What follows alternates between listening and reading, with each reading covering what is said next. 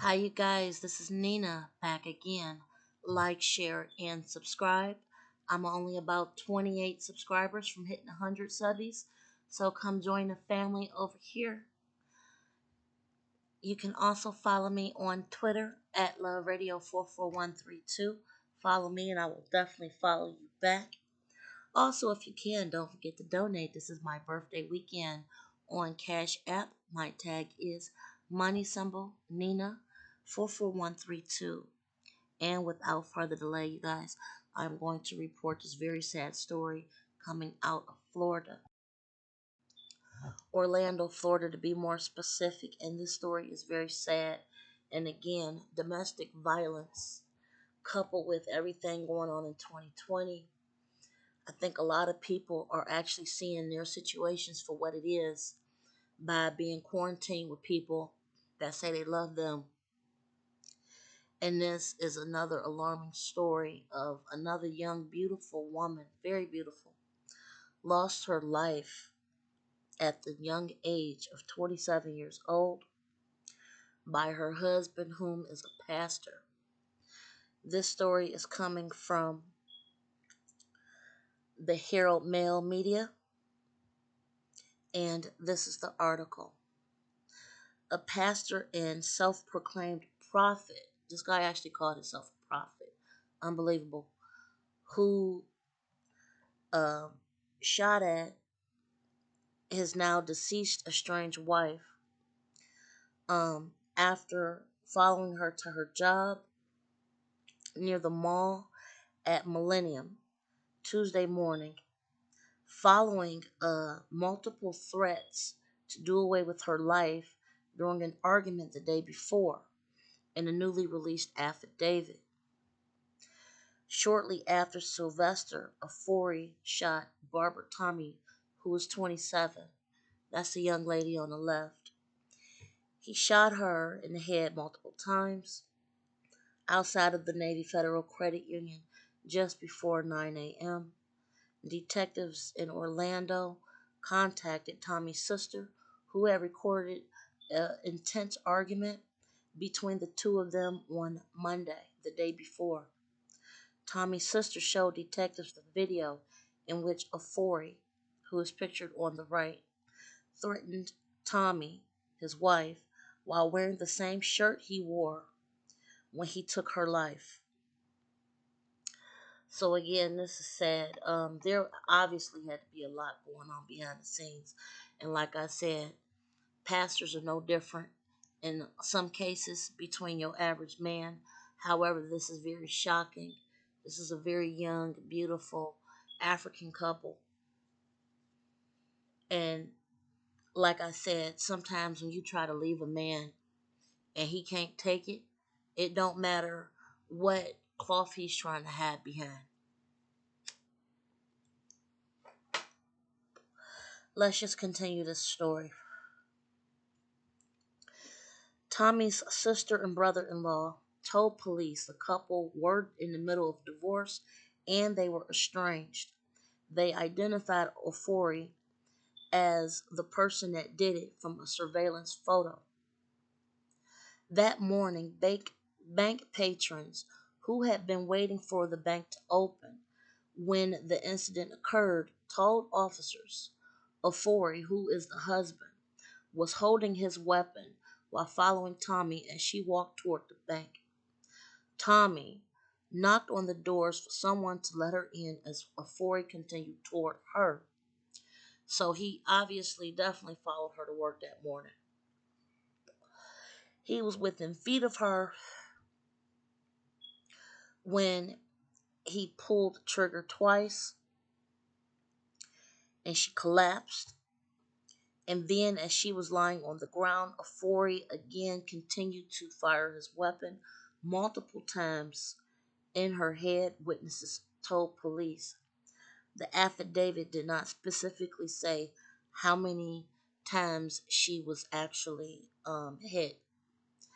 After shooting Tommy, Ofori walked back to his car, a rented Dodge Journey, and drove away as though nothing happened.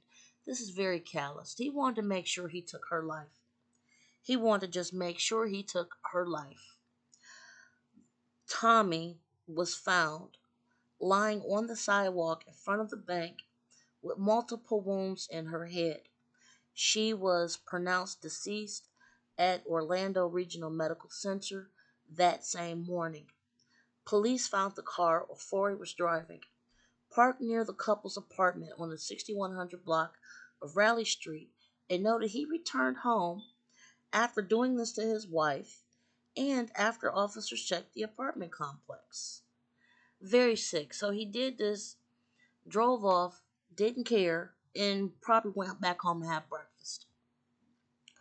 The husband of Forey was arrested at his apartment Tuesday on a charge of first degree with a firearm. He is being held at the Orange County Jail with no bond. Thank goodness. A pastor at Floodgates of Heaven International Ministries in Paramore, the 35-year-old Ofori advertised himself as a prophet and motivational speaker on Facebook. In the weeks leading up to what fatally happened, more than 60,000 followers on his Facebook page watched him post photos and captions centering on personal conflict. In a post dated August 11th, he wrote, "Don't believe your neighbor or trust your friend. Be careful what you say, even to your husband or wife." Micah, verse 7, chapter 5. The day after the shooting, he posted a photo to his page reading, "One thing people gotta understand about being extremely kind, nice, and loving is that people on the other side is just as extreme." Now, I don't know if he's trying to set up an early defense, but honestly, this is no defense. This story was very shocking to hear. And he gave um, no regard to her, her life, or anything. The story did not note if they had children. But he has currently been arrested. His mugshot is on the left. He is currently in jail with no bond. Thank goodness he was captured. This was definitely a very, very sad case. This woman was very beautiful. And like I said before, she knew something was going on with him and chose to leave him during this quarantine. This quarantine is really showing people for what they're worth. And I'm sure deep down inside, she was probably trying to be done with this, trying to move on with herself. There's no telling what type of things were going on between them when those, um, when that camera stopped rolling, and when she didn't have to step in and be first wife, to hold up the church. I'm sure things were going on before and after church, which is very sad. I'm glad that she had family and friends that she reached out to.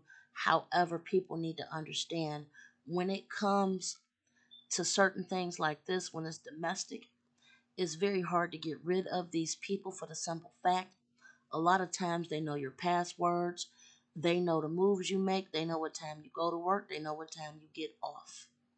They know where your friends live, they know what kind of car you drive because you've been with them for so long, you've been married to them.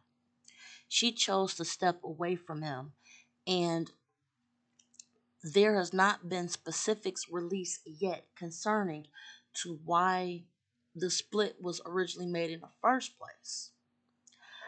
However, this man obviously couldn't deal with the fact that she did not want to be bothered. And again, I'm going to keep saying domestic violence is no game, it's no joke. I'm I'm just praying for her and her family, and I'm praying that justice will be served in this case. This is just a very sad, alarming case. And like I said, this could happen to anybody, especially with all this quarantine and stuff going on. People's finances might not be where they want them to be. You just never know what is going on behind people's doors right now. I'm going to just say prayers for this young woman. And I'm going to pray for everybody And if you know that you are living in a situation like this, please try to seek help. Please try to change your patterns.